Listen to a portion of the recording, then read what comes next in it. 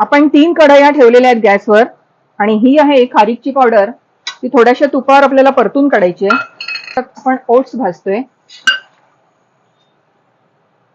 तूप घालते थोडं. साजूक तुपाचा भरपूर वापर होणार आहे.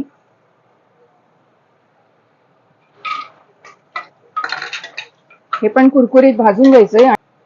याच्यात आपण हे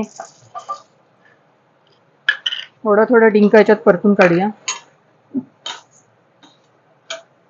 पण थोडंसं तूप घालूया आणि जे हे मखाणे आहेत ते पण याच्यावर परतून काढायचे आहेत.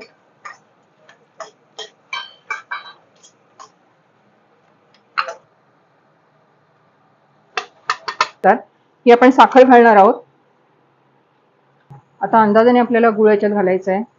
मिश्रण गरम असल्यामुळे ते चालेल.